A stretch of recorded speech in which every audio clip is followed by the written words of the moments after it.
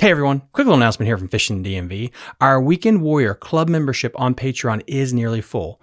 There are only 11 membership spots still available. Once these spots are gone, they're gone, and I'll be closing the club to any new members until 2026. At that point, you can try to join again, but it'll be at a higher rate. So get your rates locked in now, and you'll gain access to our 5 fishing tournaments each year for Patreon members only, 5% off your orders to Jake's Bait and Tackle, 10% off your order to Tiger Crankbaits, 10% off your orders to Catoctin Creek Rods. You'll gain access to our private Facebook group community, loads of members only content, and of course, ad-free, commercial-free episodes of the show. You get all this for $6 a month, which is less than a pack of Cincos or a jackhammer chatterbait. Lock in these rates now because in 2026, I'm going to be increasing the rate to new members. And again, I'll give you a throw in an extra one here. I'll give you 8% off if you buy the membership for the year. So that'll be $66 for all of this value. There are only a few spots left, so hurry up and check out the link in the episode description. You're listening to Fishing the DMV with your host, Thomas Ahrens. Fishing the DMV is brought to you by Jake's Bait and Tackle, located in Winchester, Virginia. If that doesn't get you jacked up, I don't know what will. Good evening, everybody. Welcome back to Monday Night Live. We are here. It is March 17th. I can't believe we're almost halfway through the month. I mean, we are halfway through the month here. Bassmaster Classic is getting going. Spring is in the air. I feel like more and more of the country is actually getting out of the deep thaw. It's insane to also look at the weights at Kerr. Like, it actually didn't suck that bad this weekend. So with that lake, I'm going to keep tabs on it to see if the name is not Tyler Trent at the top of the leaderboard, if that thing continues to be on the uptick. But we're going to be talking about probably the best lake in the great state of Virginia with the man, the myth, the legend himself, Billy Kohls. How are you doing, boss? Did you just compliment Bugs Island? I had to give it a little bit because I immediately got shit on when the BFL happened there. Was it 2 weeks ago? And they're like, oh, what do you think of these weights here? It's like, yeah, congratulations. You're in the big leagues now. Cool. Yeah, it happened for one day. Yeah, exactly. But I didn't see this past weekend. Was it decent? Yeah, it was over 19 pounds for a local derby to win. So it's like, all right. But the biggest thing to me, it's like top 10, it was above 11, which for that place is a big deal. Yeah. It's 2 pounds more than it should be. Woo-hoo. Yeah. Well, I shouldn't talk too much, dude. The Anglers was actually it was a pretty big grinder here too. So what's a Smith Mountain Lake grinder like? 16 pounds and fish swimming away from your bait half the day. Good God. Yeah. So it was pretty tough, but I think there's something. So I'm starting to see a big pattern in my notes that these F1s really don't care for like cloud cover, low pressure, wind. Like, dude, they're biting best when it's slick, calm, hot, like warming trend type situation. Like Thursday for practice for the anglers, we're still behind on water temperature quite a bit for March, 15, 16, 17. But dude, I had over 20 mag draft bites on Thursday. I didn't have a hook on, but I was pulling like 8 to 10 bass out from under dock. Some of them were like 6-7 pounders. Slick calm, 2:00 in the afternoon, like not swim bait conditions, and just getting throttled. And then you go there on the tournament day and they're just not even there. So it's been an interesting, I took most of January off, so I don't really have a huge kind of like input for that early winter stuff, but the late winter bite's been super roller coaster. Well, one thing we talked about water temperatures a lot last year this time, and we had a relatively warm winter a year ago. This year, the damn Susquehanna River and the Upper Potomac froze solid. So compare and contrast and really what you're seeing this year compared to last year. Yeah, so I was gone most of January, but dude, I mean, I keep tabs when I'm gone, and there was sections way up the rivers that were freezing, back pockets that had a little sheet of ice on them and stuff like that. I'm still seeing, like this morning on my guide trip, 46 at the ramp on my Garmin. So add 2 degrees, that's 48. Like, it's March. It's the middle of March. Like the next full moon, they should be pushing up pretty hard. And I don't think they're going to have a choice at a certain point to it. But we have another decently cold week. Like we're talking a couple of the nights this week are in the 30s. So I don't think we're going to see, 55 degrees or anything like that crazy by the end of the week. It's supposed to be breezy most of the week as well. And that doesn't, that doesn't help the water temperatures rise up. So 2 weeks from now for the BFL, I don't think we're going to see 58. I don't think we're going to see any sort of like number like that. We're probably going to be low 50s, mid 50s, which again, they have to come up at some point. And I think the BFL could be pretty good for everybody. And then the other side to it too is, I don't know what is going on with AEP or like drawing and pumping back, but the water is super dirty still. From whatever flood that was. I was in Texas for like 4 days. We got back the day after Valentine's Day. And I don't know what rain it was, but basically, you know, I don't run up the river that much anyways, but from people I talked to, basically Beaver Dam to below the bridge is still like Yoo-hoo chocolate milk from a month ago, which is very odd. That's the first time I've ever seen it like that. And then above Gills, you know, once you get up kind of past the S turn at Gills, it's still brown. So there's a lot of green water, which is super, super good. And the lower end's like kind of stained, but, you know, that might help with the bite a little bit too. And then the other thing, when I got home, which was after all the super cold snaps, the amount of shad kill we had this year at Smith Mountain was unbelievably impressive, which I do think is going to make the entire year of fishing really, really good at Smith Mountain, because they're just not going to have what they've had the last 2 winters as far as, you know, as far as the food source to chew on. So like, I'm sure everyone's going to love to hear this. I think the mag draft bite's probably going to be stupid. Bigger swim baits is probably going to be stupid. Jerk bait bite, A-rig bite, like all the, you know, really staple kind of spring things, hopefully, are going to pop off, because there's just not that much shad. I mean, there was thousands of seagulls at the lake for a month, tons of loons. I saw otters swimming around. Like pretty much anything that could eat shad was out every single day, just kind of eating stuff. So we'll see what it does. It's been super roller coaster for me specifically. It's minnow fishing, honestly, like to the max, to the point where it honestly makes you want to blow your brains out, being out on the water that often and only getting bites on the minnow. There's some weird kind of jerk bait stuff going on. It's like every couple days they're kind of interested enough where you can, you know, get them on the back hook. A-rig bite was good for a little bit, and that kind of tapered off. The mag draft bite, like that's the, you know, I think I had 1 mag draft bite before that practice day. And then I was like, okay, well, it's going to pop off like crazy. And then nothing happens.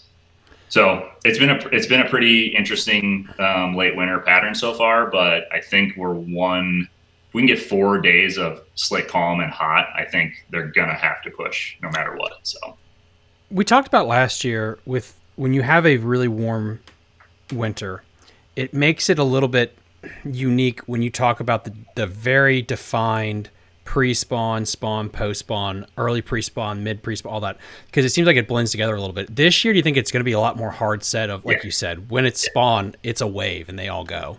Yeah, I mean, dude, there's giant ones on the break line. There's giant fish in 12 to 25 feet just floating around all day long. They're super, super skittish. I'm talking, we're making 100-foot casts, and on an 1/8 ounce head, if they hear it enough, they're going straight to the bottom. Wow. Like right away. They have no interest in looking up. They're going straight to the bottom. So I'm at 120 on live scope.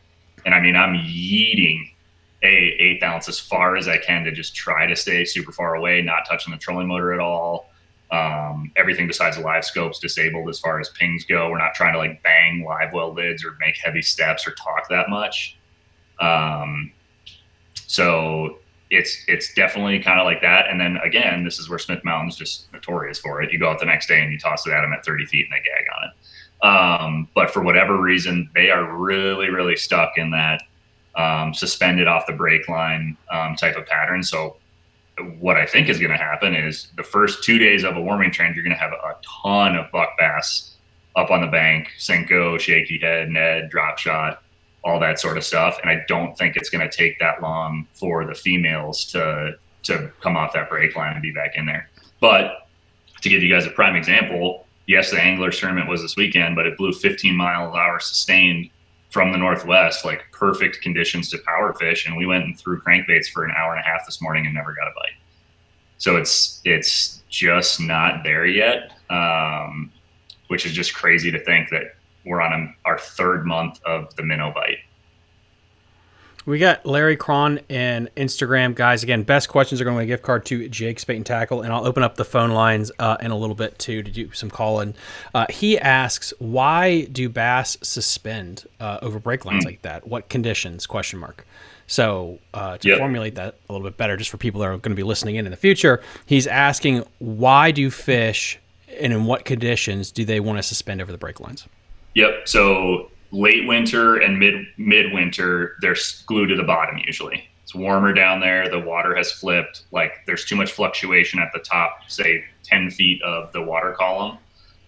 So they just stick closer to the bottom, down in the bottom, say 25%. As soon as we get a warming trend, which we had like 3 weeks ago, where it was in the 70s for like 3 days, the bait shoots to the top, and the bait is going to suspend up in that higher water column for basically now until they're going to spawn.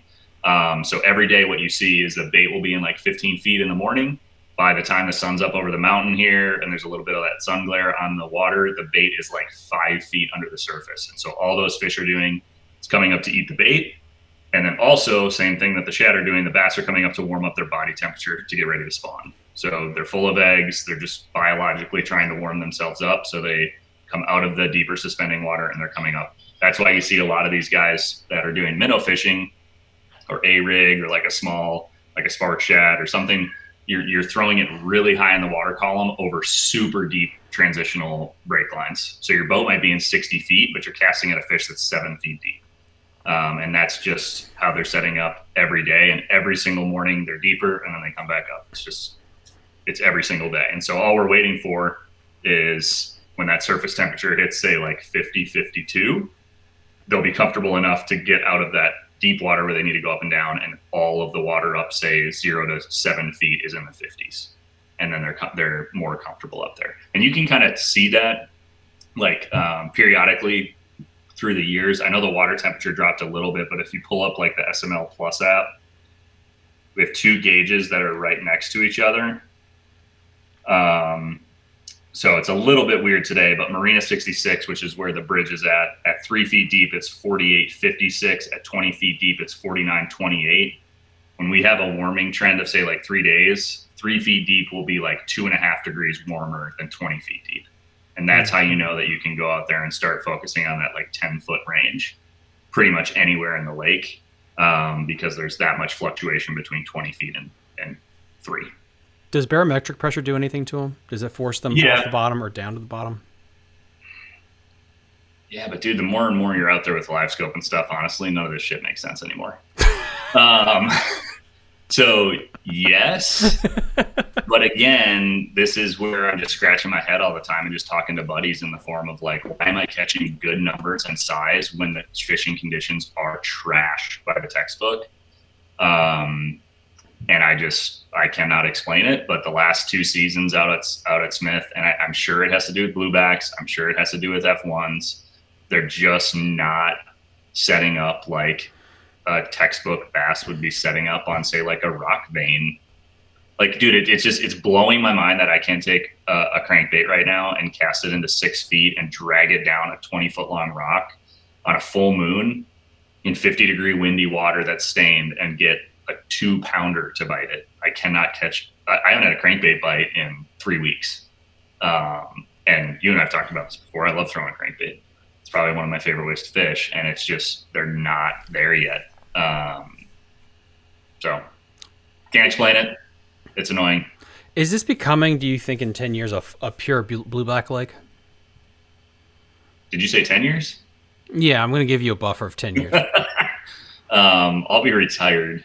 No, I honestly, dude, the pace that it's going, I'll be interested to see, going back to my point of how much shad died, because most of those are thread fins, not bluebacks, is how that affects if the fish are close to shore or offshore, come like shad spawn time, or how much are they on the red clay versus on the rocks. I think Smith Mountain is turning into like a Hartwell type situation where you're only getting to fish really shallow for a couple months in the spring, month and a half, a little bit of the shad spawn in the morning, some bluegill leaders in like July and August, and maybe a month and a half in the fall, and the rest of the time you're way off the bank. So that's depressing. I mean, there's 5 to 10 pounders in here, so it's not that depressing. It would be depressing if we had spots in here and we were chasing 14.5-inch fish. But I just think it's gonna. I mean, you can see it in the weights. You can see it in who's winning and stuff like that. Like, I don't know the kid that won, but he won a cat and he came in and won the anglers. Dude, he's never been to Smith Mountain. He's from Norman. He's fishing. He's minnow fishing in ditches. Maybe he had a bite on some, one other type of bait or something like that. But he's showing up, using his electronics, using his topography, and he's getting 2 or 3 good bites and filling out a good limit. And that's just the type of fishing that it's been for months. So hopefully that is about to change in the next couple of days here. So are you surprised at all that 10 pounders are now coming out like they are? It's so weird that we've been talking about it, and all of a sudden it's like the glass broke. Yep. I kind of said that to you. Remember one of our first podcasts? I was like, dude, we're 3 to 5 years away. Dude, I think we're 2 to 5 years away where it happens almost every month. Because not only are you talking about 10s, like there's plenty of 8s and 9s. Like I just saw a dude that posted on like a fun fishing day from yesterday, where he had like his PB was like an 8.8. I mean, dude, that fish is 2 years away from being close to 10 pounds. And then you had one of the Ward boys caught a 10. I tell you this all the time. I'd see striper guides at the gas station all year long, not just in like prime conditions of pulling live shad. I see 10 pounders and 12 pounders from toothless striper dudes that are smoking 3 cigarettes at the gas station that are like, look at this bass I caught in 80 feet on a gizzard. And it's like a 14 pounder, dude. So I think it's going to be pretty regular. I don't think June, July, August per se, and probably not September, but do I think somebody could catch a close to 10 during the shad spawn? Probably.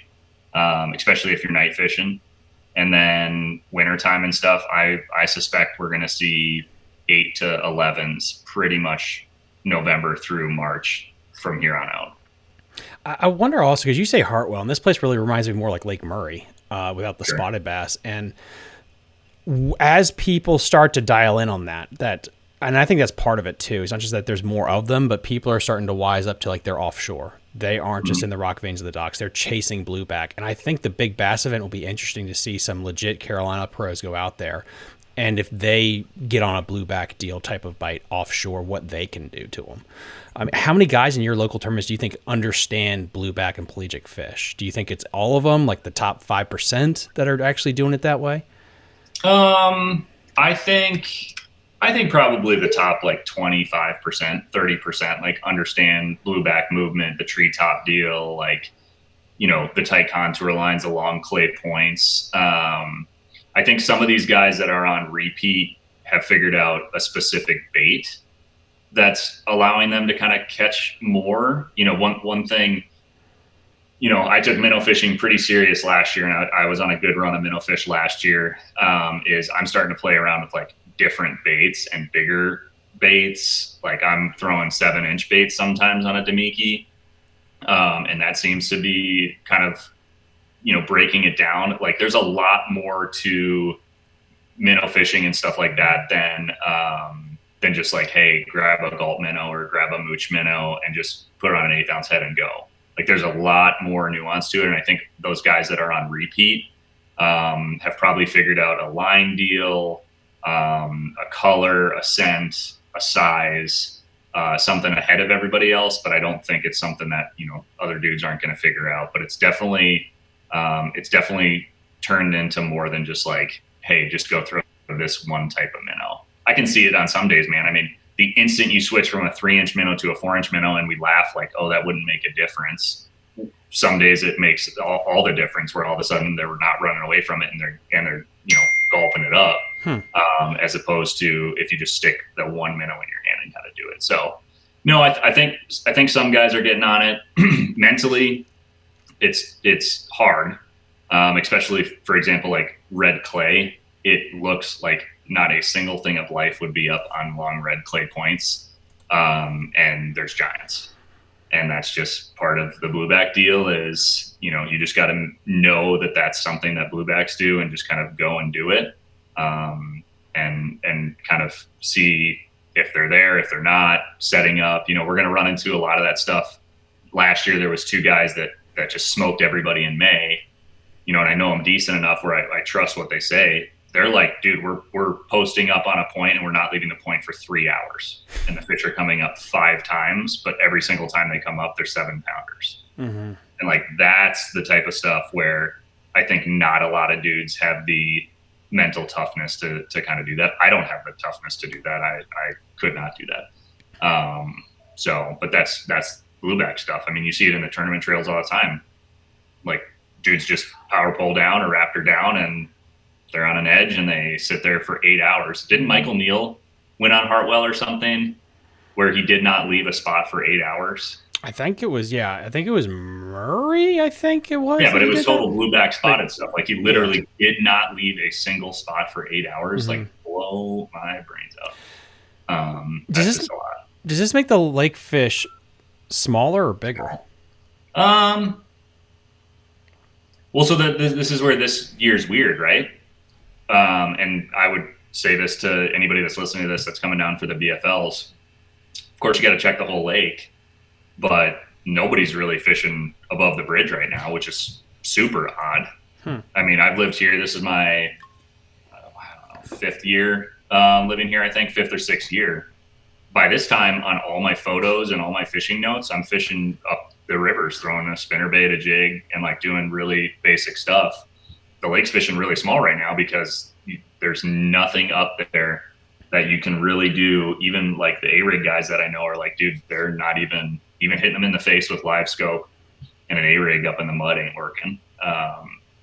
So, for any of the guys that are coming down, you probably just got to go check it. But if it doesn't clear up, I'll be interested to see how tight a 2-day BFL feels at a lake that's got 30% of it is mud water in the low 50s. So happy thoughts. We got a couple. I am a happy person. Hey, I am a happy person, by the way, everyone.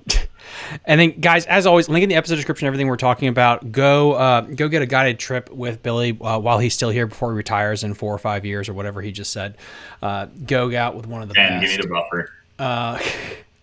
We got SB SB on Instagram says, I threw a crankbait more in 2 days of practice than I have in the past 2 years. Never got a bite. It looks so right. Yeah, dude. Yeah, that's depressing. It really is. What did SB end up having? I didn't even see.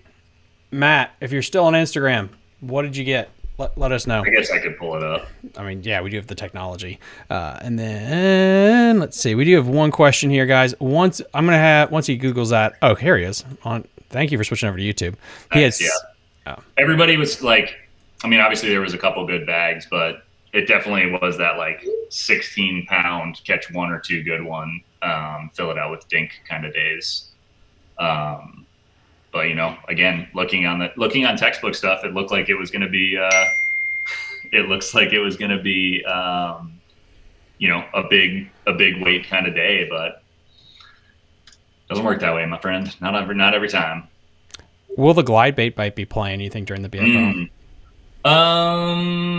That's for you, Maddie. I would say yeah. We're probably gonna turn the corner where there's gonna be some glide fish to be caught. There are some fish around docks that I would toss on, and you can throw a glide at those big floater fish. It's harder to get them to commit to something that big still this cold, in my opinion. But I think we're right around the corner where I could see some BFL stuff. A glide probably getting some bites. So. And then we do have a question, guys. We're going to get to that minnow setup question in a minute. That'll be the last question we do before I open up the phone lines. The question I had was, are underspins just falling out of favor because of the minnow setup? Because dude, I just threw away like a bunch of minnow heads, like guppy heads that kind of got a little bit like I'm doing my like reorganization of guiding stuff. And I just threw away, I don't know, like 30 guppy heads that just kind of got gross or whatever. But I literally stared at the underspins and I was like, I haven't thrown these in like 3 years. Like, what are these doing in here besides weighing? And, you know, I try to carry, I probably carry way too much stuff just because I don't want to have to like reload every night. So I don't know, there's probably 20 underspin heads in there. And I literally looked and I was like, I don't know why these are in here. Yeah, I mean, dude, you and me could talk about this for 150 years. Is anything going to matter besides a minnow for 6 months out of the year? Which makes me like upset a little bit. But some form of minnow.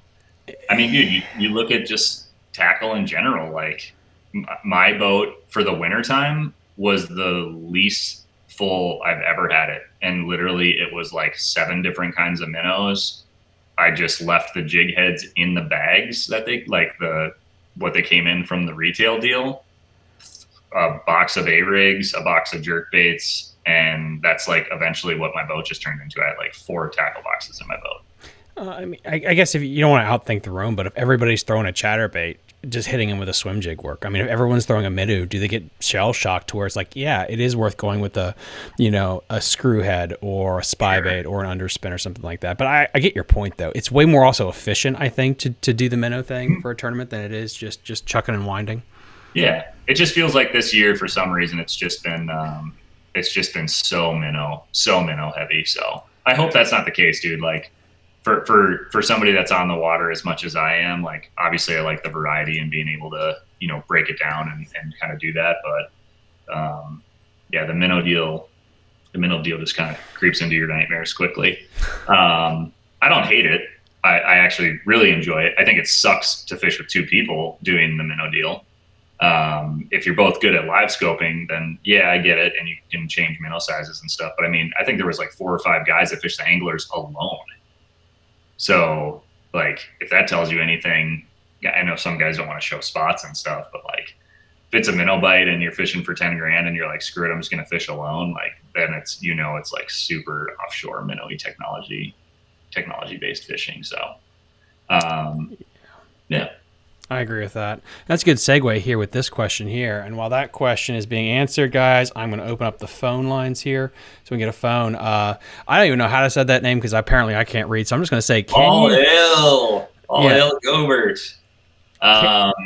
So this is actually a good segue. So exciting news for 2025 for me and my business. I got on with Megabass last year, and then I think we've talked about it before, and I'm not ashamed to say it. I've been with Dobbins Rods for a long time, but to dive into it a little bit and not bash too much, they got bought by a private equity firm, and it's, in my opinion, not going that great from what I'm experiencing. So worked out a deal with Megabass, so super excited that all guide clients are going to be throwing Megabass rods, which in my opinion is one of the highest quality rod makers out there. So, you know, if it's a situation where somebody comes on the boat and I am not the cheapest, I want them to be able to throw really, really good rods. So Megabass hooked it up, and so everybody's going to be throwing Megabass rods in the boat. So to segue that, I just rigged them tonight. So I have not had a chance to go out and kind of play around with their spinning rods yet on what I think is the Megabass setup. What I would say in general, I have 2 minnow rod setups that I would want. One is a short rod, like a 6'11", 6'9", somewhere in that really short range with the 1/8 ounce head, something that if you have a fish, say, follow it all the way to the boat, you can hang right over the trolling motor with a short rod. And it's not a situation where you have a 7.4 or something stupid long where you're kind of like leaning over and trying to get that fish to bite. So I like a short rod for an 1/8 ounce, and then I like a 7.2 or a 7.4 for something where I can throw like a 1/4 or a 3/8 or even a 1/2 ounce Damiki head that I can just super get away from the boat and just kind of manage better with a longer rod. So Logger rod, fast action. You want something really, really sensitive because a lot of these Damiki bites are not aggressive at all. Honestly, it's pretty impressive how anybody even felt these bites back in the day. It's honestly just like spongy weight. But a lot of the Damiki bites that are kind of like presentations that you have to do is dead sticking. So you kind of shake it to get their attention. If they're not super aggressive for it, you pendulum it down. They're staring at the bait. You're holding it dead still for 30 seconds, and then they swim up to it and just kind of gently kind of like add their weight to it. So that would be like my rod lengths, actions, 10-pound braid, 3,000 size reels. I think those size reels, my buddy Matt kind of talked to a buddy and put me onto this too. Is like a 3,000 size reel is going to let line off the spool better.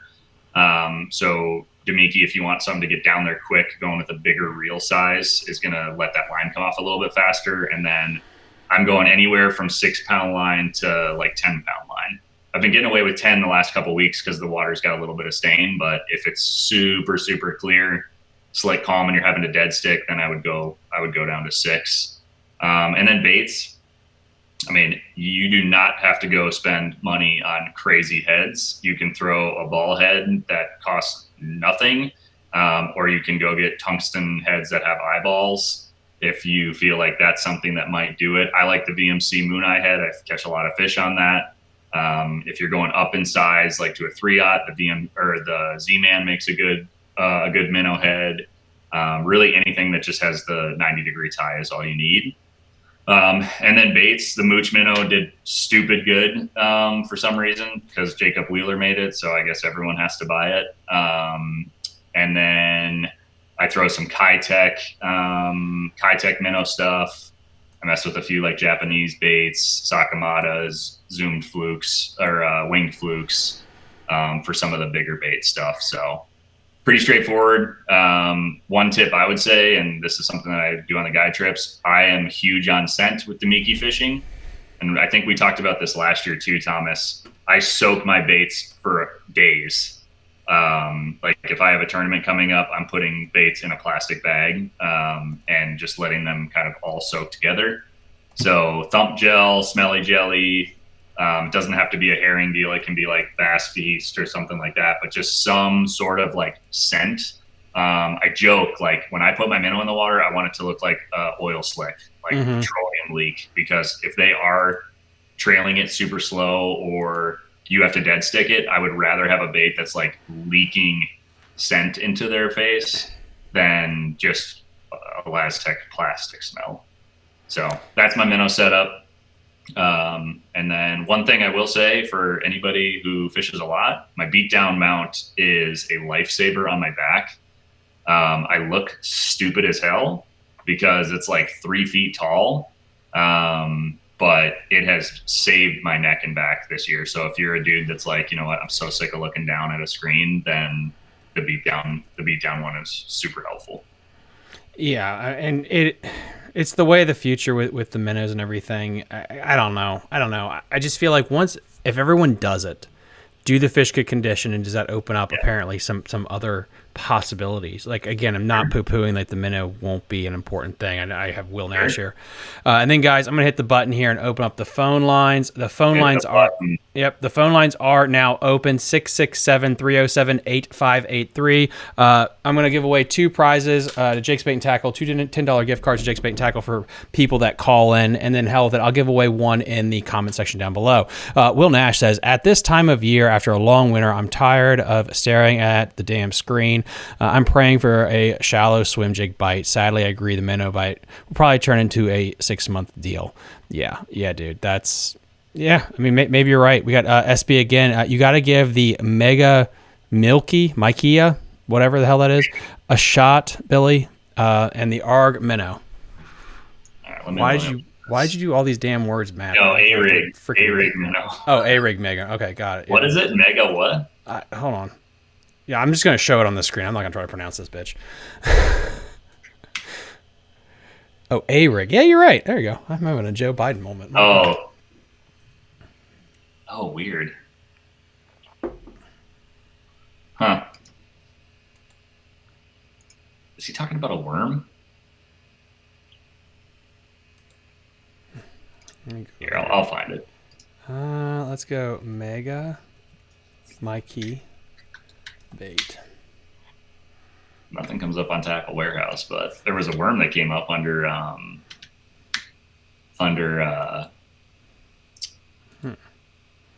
yeah, that's what I found. SB's out here flicking a worm at him. Yeah, pretty much. That makes sense. Dude's No on the way. water enough. He's finding out some weird stuff. They're on that 11-inch floater worm. You know what's another thing is all them hentai baits, man. Those things are deadly.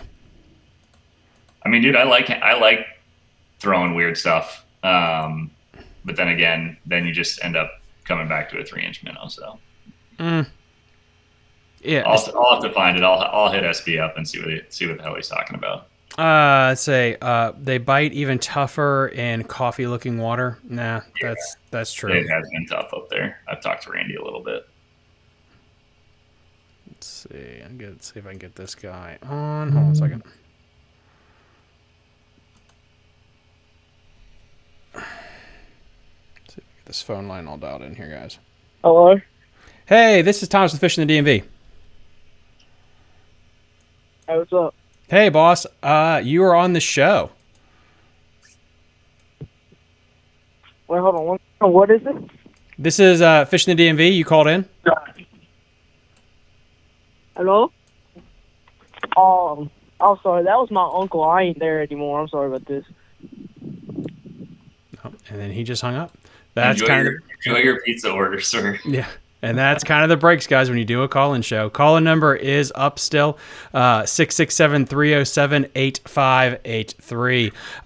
Hey, I was going to say either that, yeah, the freeloader's a good deal. But I was looking at Al's comments because he came in with 2 giant ones. You can see he's talking about the shallow bite, but just the numbers aren't there. So good for him. I mean, dude, they had two super good fish. So that's what I'm saying is like, it's closer. It's like up and down. Like one day you'll be able to catch some shallow. And then it's like 3 days where they're just out. So the hell is Al's comment? I'm trying to find it. My 2 fish came in 4 feet of water Saturday, a 671 and a 5.5, and they lost 6 other shallow. Yeah. Oops. So, I mean, he's a hammer around here too. He catches a lot of big ones. Yeah, it's just, it's kind of the saying that I've kind of built into my head these last 2 seasons on Smith is like these fish swim, and it's getting to the point where whatever you find in practice, if the conditions are different the next day, you have to assume you cannot go back to fish like that. And the other thing that I wanted to bring up too from this past weekend, dude, is the stripers just took over everything shallow for most of the dudes that I talked to. So those stretch of docks that I had where I had all those mag draft bites, dude, we went back. There was like 50 stripers under these docks in 0 to 3 feet of water, like super not where they should be and transitionally how they're doing. And as soon as that happens on Smith, you're out. Like you have to leave that area. So it's a lot of that transition stuff. It's a lot of the, weather changes every day and stuff like that. So, but it's definitely been more roller coastery this year than the last couple. All right, we got our first gift card giveaway here. Hunter Martin, you just want a gift card to Jake's Bait and Tackle. You can email me, fishingthedmv@gmail.com. You can reach out to me on Instagram or Facebook. How are you locating fish now? I've been getting bites, just can't find numbers. Yep. So this is broken down. I don't know if I wrote it in this last fishing report, probably in a past spring fishing report is I fish opposite in the spring. I run to the backs first and work my way out to the main lake. And then basically all you need to do, Hunter, is if you're catching small ones, you need to work back from where you are. So if you go all the way to the back of the creek and you're catching 14-inch bass, you know that that's the buck bass that are moving up. Is there a female back there? Probably. Is there a group of them? Probably not. You keep working your way back out from points to ditches, points to ditches, points to ditches till you get out to the main lake, and do that on enough of those creeks where you're catching buck bass, and you'll find where females are. And then from there, you can just kind of work back or work that around the lake. So if I run to the back of, say, like a long creek at the state park and I catch 3 10 to 15 inches on a jerk bait, I'm going to jump 2 points back, and all of a sudden I see 2 blobs that are on the break line. And right now they're either humongous stripers, like 20 pounders, or they're really, really big female bass. And the way that you can kind of tell the difference on live scope from that is the female bass are super lethargic. So you might have to throw something at them, and it's usually right now a jerkbait or a minnow, but you might have to throw a minnow at them 10 times before they even think about moving. And then all of a sudden they kind of start moving. They look a lot like carp, kind of blobs. Stripers right now, if you throw a swim bait or a jerk bait past them, they just go full psycho on it. And you know right away, like you can just reel your bait in. Those are stripers. The ones that you want to aim for are super lethargic. And then as far as like catching your tournament weight here, if you find 8 or 10 of those types of fish and that's the type of bite you want to go for, then just rotate those fish. It's just a timing thing, a light thing, might be a scent deal, going from a 3 to a 5, something different that triggers that lethargic female to bite. So that's the best way to break down the spring, is work back from where you find bugs. I wonder why. Is it really just because we got conditioned because Bassmaster told us work out to end? Because now I'm thinking about my whole upbringing, and yeah, I think that's why. Yeah, that's just how I've always done it that way in the spring. I don't know. Oh, it's smart. I mean, it's warmer in the back of the pockets from that warming trend from a couple weeks ago, and especially this week, it's going to hold true too, because the main lake's not going to be slick. I mean, tomorrow morning I think it's going to be slick calm till like 1. And then after that, it's supposed to blow every single day this week. So the main lake's not going to heat up like the back of the pockets will. We got another great question here question for Billy. Let's see. Question for Billy. I'm fishing the March 29th tournament as a non-boater for the first time ever. What would you do in this position? 3 spinning rods, my friend. I would have a Cinco on, I would have a shaky head on, and I would have a swim bait on. And I would keep it pretty straightforward. I'd probably just do like a green worm on the shaky head. For the Cinco, I'd probably go like a green pumpkin purple, something that's green pumpkin gold, maybe something that's slightly different than what a lot of dudes are throwing.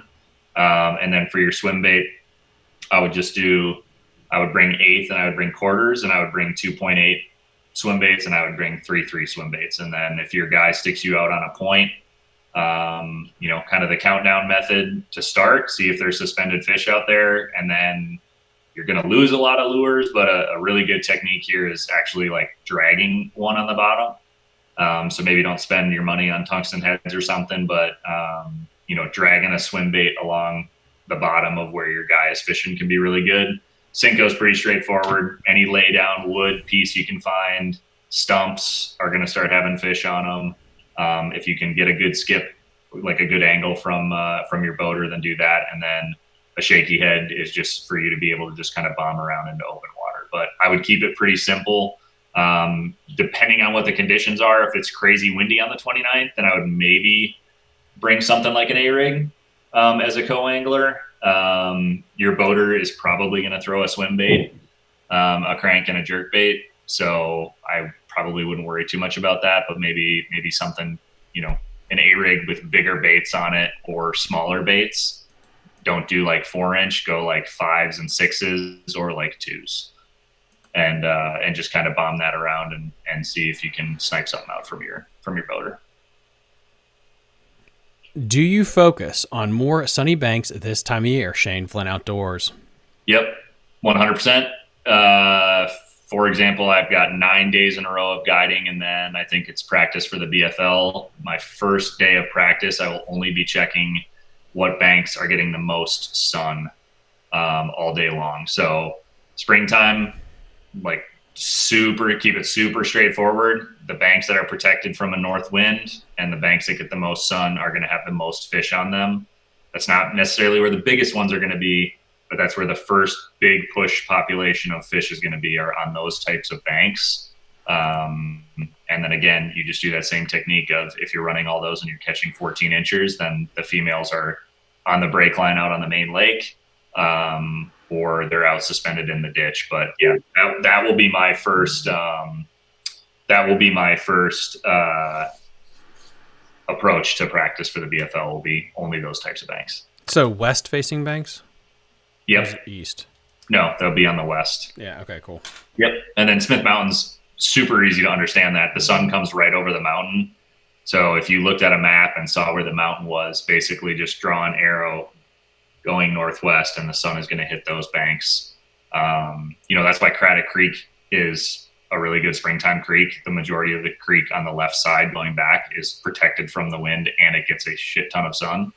And then, you can kind of break it down from there, but that's a good starting spot for the spring is the sunlight.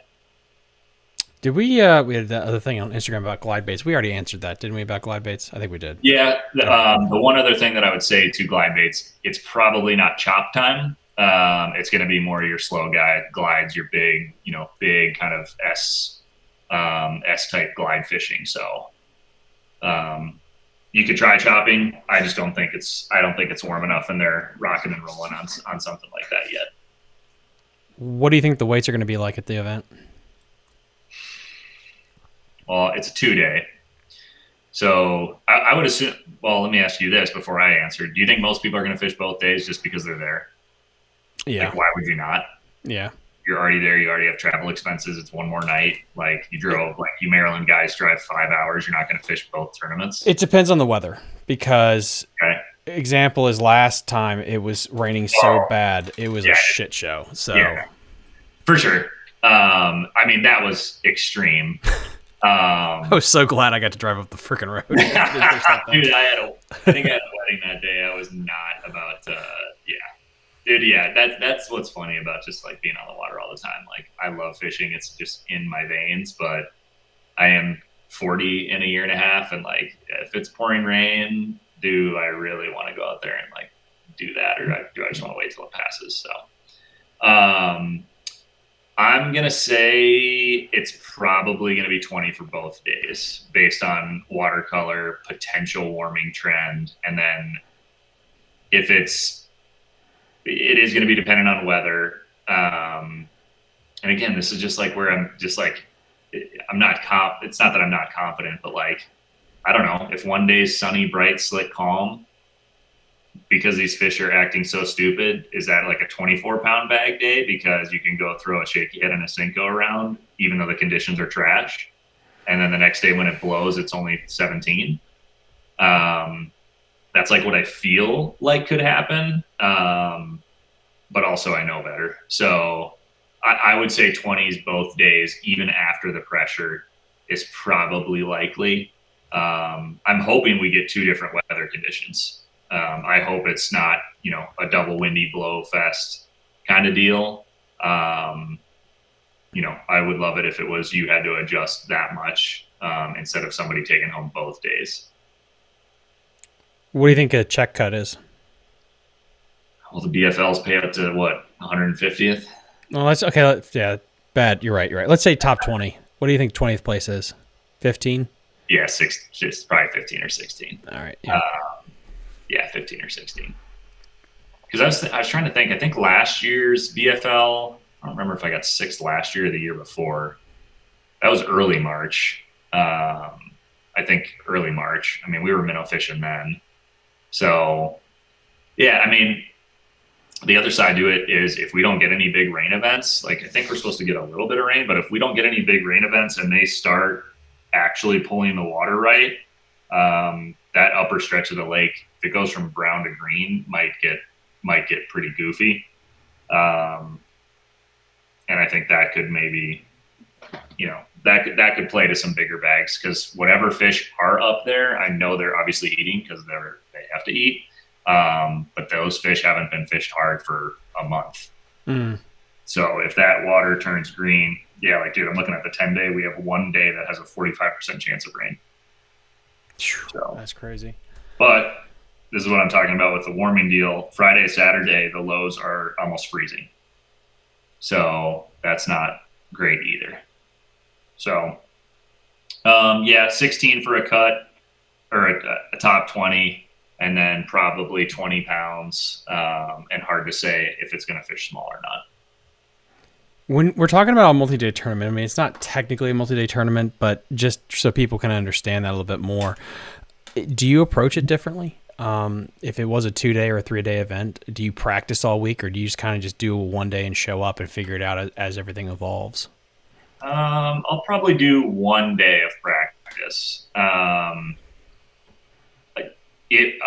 Me personally, I would save fish. Like if it's a situation that you have good dock fish, for example, I'm a big believer, the guy that asked about the glide bait, a glide bait's going to show you more than catch you fish.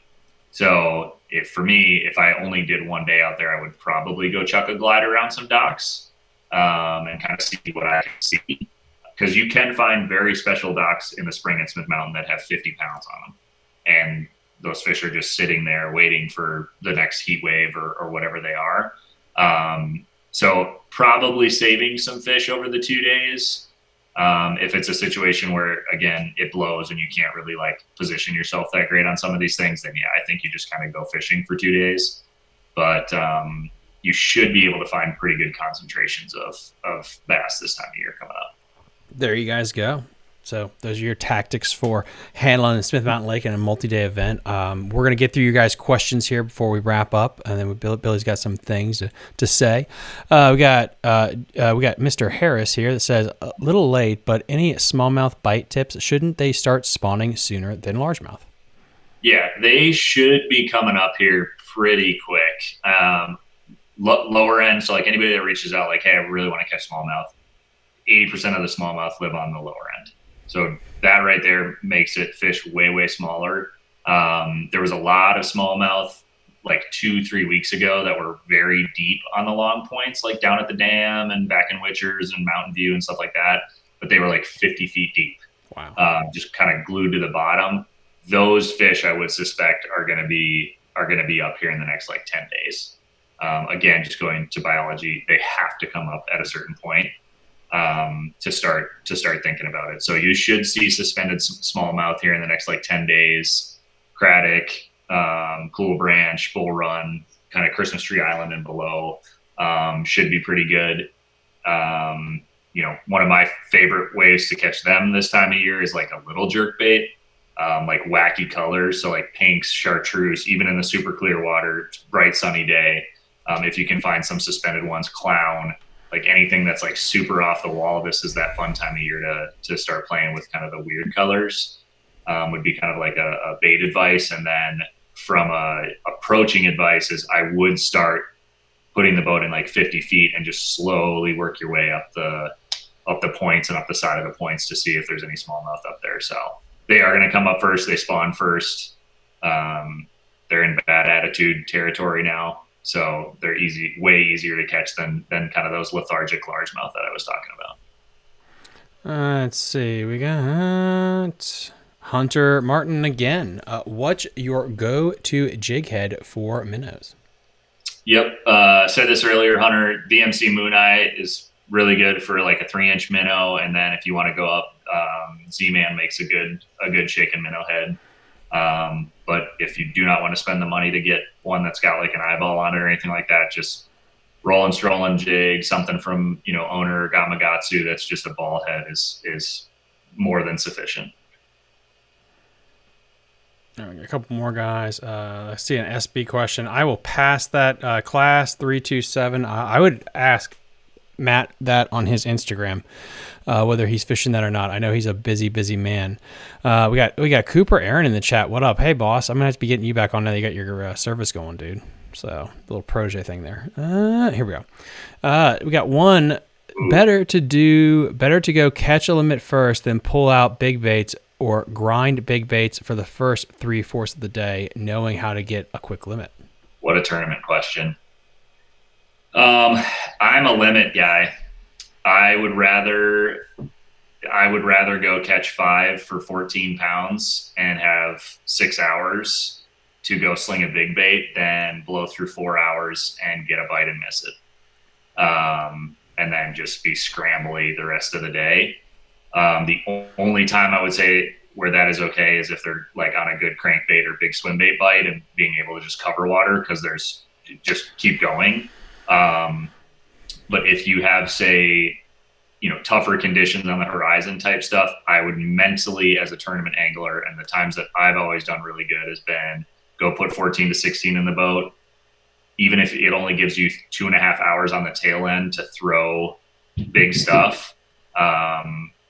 There's enough big fish at Smith Mountain to be able to get a big bite, especially in like March, April. If you put a big bait in your hand for 4 hours a day, you're going to get a big bite. Some days you're going to get 7 big bites. Most days you're going to get 2 to 3. That's how I would approach it. And then also for like a BFL type situation, unless I was on something stupid and like they were eating it super good, I would try to go catch a limit first and then rock from there. But I know that's not everybody's deal, and a lot of my buddies would probably like slap me in the face for saying that. If you're not first, you're last. Yeah. If you're not first, you're last, and just go do it. But I think everybody can agree you fish better when you have 5 in the boat, and you just can take a quick breath and kind of recalibrate. You never have a guarantee that you're going to be able to catch a kicker. So, know. All right, we got Paul here. We got 2 more guys before we're going to finish this thing. Here it is. Do you prefer the jig head with eyes? I do if the bait does not have eyes. So I'm not a big 4-eye guy. I think it's weird. Like on some deals, I'll even take a Sharpie, and like if it's a head that has eyes and then the bait has eyes, I'll just make the eyes on the lure be a hit spot.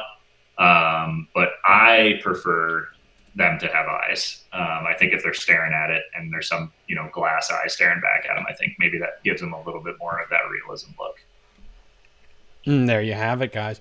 And then let's see, class 327. Yeah, he is fishing them this year. Probably losing to McCluskey the whole time. Having a limit in the box just puts your mind at ease 100%. We got that question done there. Perfect.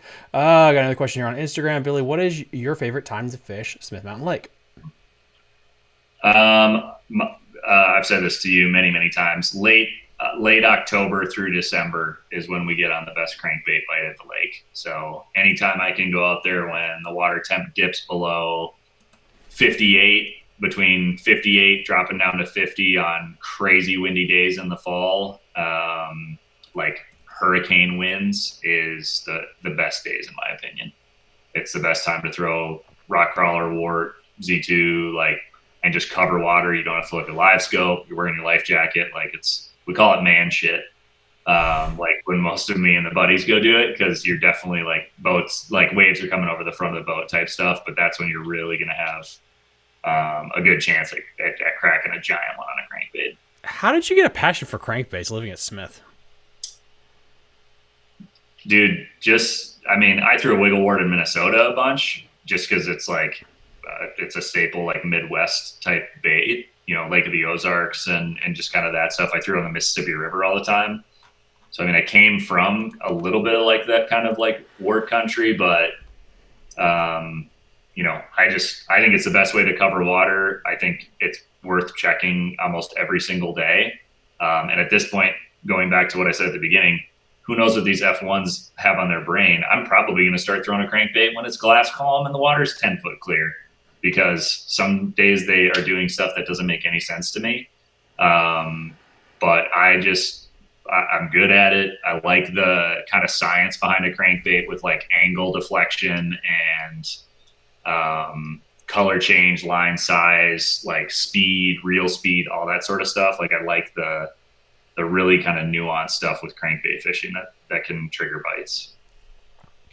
So the last thing I really wanted to ask you was the department came out with their list of some of the best lakes to catch number and size. Leesville was in I think the top 10 based on their shocking surveys. Yeah. Have you ever fished that place before? What the hell is with that place? My mobile mechanic buddy AJ was just here. He caught a 7-pounder crappie fishing 2 days ago in Leesville.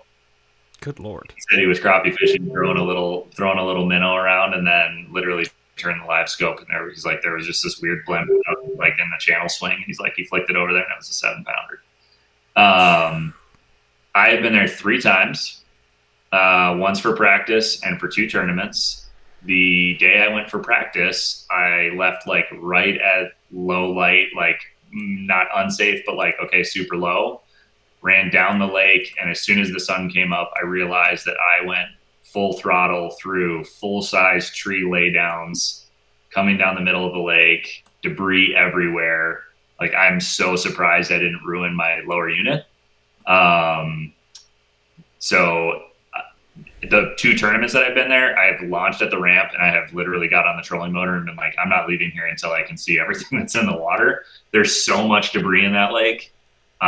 These dudes are insane that literally just go launch and just roll. So it fluctuates a ton, which is good and bad. I mean, depending on what day you end up being there, it's going to create eddies. I mean, it's more river fishing, bluff wall type stuff than anything. There's not really like back pockets and stuff. All the docks are floaters. It's a super interesting place. It's not very big. I could see where it has a good population. I don't think it really gets fished that hard. That's what I was going to ask you. Is there anyone that you usually that talks about it, just chatter and dock talk? It seems like no one fishes it. So Coop just went there, I think, but I think he was crappie fishing too, maybe bass fishing. There's a small tournament trail that goes out of there. Really? I don't know if it's a club deal, but I mean, we're talking maybe 14 boat type situation. I know the ones that I fished. Yeah, I could see that. The ones that I fished, like, yeah, it was like 9 boats and like 14 boats. So, I mean, it doesn't have the pressure that any of the other lakes that were on that list has, but yeah, I could see it being higher up there. It's got a bunch of walleyes in there, which is awesome. That'd be fun. And yeah, that would be super fun to go kind of check out. But it's kind of weird to get to too from my house. And I know you haven't been to my house before, but like, I'm pretty sure Leesville's like 45 minutes because I have to go up over the mountain and like, but the lake's like right here. So I just really don't go just because it's such a weird like drive to get to the ramp. So maybe worth some more time, but I'm not really big on heading to spots where I can rip my lower off because of guiding, dude. If my boat's incognito or not incognito, if my boat's out, I'm not making any money. Mm-hmm. And it takes way too long to get stuff done on boats. So interesting. Yeah, no, that's really cool. Maybe it's because of all that keeps it kind of under pressured, which is where did Philpot end up? Yeah, it was in the top 10, I think. Let me hold on. It's or you guys. Dude, I've been seeing some pretty big ones come out of Philpot actually, which is interesting. Why? That's a cool little lake. It's like a very small Smith Mountain. Very, very small Smith Mountain. What's crazy about that, too, I mean, this is a whole other thing that goes down a rabbit hole, is that place is almost as big as Occoquan Reservoir, but that place you can have a 300 horsepower and go bananas, and Occoquan Reservoir, you have to have a 9.9. Like, it doesn't make any sense, these rules on the motor restrictions depending on the size. It makes no sense at all. But that's Virginia for you, and that's the government, not being able to make any good decisions here. Guys, as soon as I find that report again, I know I just did a show on it, and I should have an eidetic memory, but it's on there. If you guys in the comment section remember where Phil was. But Philpot did end up on the top, which was interesting. I think the top 3 lakes, though, were sub 1,000 acres. I think it was like Briery Creek, Leesville, and something else that was – and Occoquan Reservoir, of course, was number 1. Yeah, so interesting stuff there. You want an insight into parenting life? I just got a text message with my wife and mother-in-law who's here that says, I can't put this kid to bed. She smells like ketchup. Interesting flavor. Double bath kind of night. Oh, it sounds like it. So what do you have coming up? So BFL is coming up. Guiding is kicking off, going hardcore. And I appreciate you bringing that up because we can jump to the website here in a second. But guiding's kicking off like crazy. Really excited about this whole mega bass deal because I really, really like, one of the things that I've brought up to you before is the reason I started my guide business is I wanted to help people catch more fish. Number one, I didn't want to be a crotchety old guide, which is the experience I have had with a lot of guides. And then have paying to go out on these guide trips and like just kind of crappy gear, like hodgepodge like stuff together. So I'm really proud and excited that like, hey, when you come out with me, like we're using top of the line stuff. So it's the experience of learning from me, getting to be kind of out on Smith Mountain and seeing the beauty of that, but also using, kind of that higher end stuff. So that's a big deal for 2025. Guiding's wide open, dude. I have 9 or 10 in a row right now. And then as soon as the BFL is done, I think I got another like 9 or 10 in a row. So if you're trying to get down here, whether that's for vacation or to hunt a big one and stuff like that, reach out sooner rather than later. And then a big thing on the website for this year is an automatic subscription to the fishing report and like some hot bait emails that I'm going to be sending out and trying to be a little bit more active with the community as far as, what people can learn about Smith Mountain, what people can kind of learn on like what baits might be working and kind of like maybe little sneaky stuff here and there. Like I'm a big sharer, dude. I don't really hold anything tight to the chest because these fish change constantly. And there really isn't some super magic lure that's going to do it. So, I appreciate you pulling it up for anybody that's actually watching, but if you jump to my website now, you can sign up, subscribe to the fishing report. I'll send one out a month, has links to the baits that we're using, some color stuff like that. And then, like I said, I'll probably send out every couple weeks or every 3 weeks, like a hot bait list or what I would be, anticipating the bite to be at Smith Mountain and a lot of the lakes around here. So there you have it. Now, do you know off the top of your head your next availability for a guide? I can tell you in a second here, sir. So by doing that, we got another question on Instagram. Thomas, are you ever going to fish the BFLs again? I don't know because I hate them. I don't like having a co-angler, honestly, and I fished 2 tournaments alone, and I did really good. I listened to 2 of them were in the fall. I listened to football. I had everything spread out, and I was relaxed, and I won one and did really well in the other one. I realized I just hate people, apparently, in the boat. So that can be a thing, dude. I have March 31st, April 1st, and then April 9th. Every other day is guiding. All right, so first available date, guys, is Monday, March 31st. So if you'd like to get out of there after that place was beat to shit for 7 days straight, fine. Go on out there. Yeah, maybe give it a day or two. Hit me up second week of April. They should be pretty good. So it'll be interesting to see, dude. It'll be interesting to see 2 days of pounding tournament release fish in Parkway and how that moves fish around. So. All right, guys, I'll get this last one on Instagram. If I want to do a guided trip with you to catch my PB bedding fish, what would be the best time to go? Late April before May 20th. You'd want to come before that time. There you guys have it. So, guys, go check them out. As always, link in the episode description to everything that we talked about here today. If you'd like to, guys, you could also go check me out on Patreon. We only have 10 more spots available before I shut that completely down for the rest of the year. It'll be back up next year, but it'll be at a higher rate. You get it completely booked in. I back every single tournament, and then we get all, of course, massive discounts. So go check that out. Like and subscribe to the channel, and we will see you next time on Fishing the DMV. Bye. You're listening to Fishing the DMV with your host, Thomas Ahrens. Fishing the DMV is brought to you by Jake's Bait and Tackle, located in Winchester, Virginia. If that doesn't get you jacked up, I don't know what will.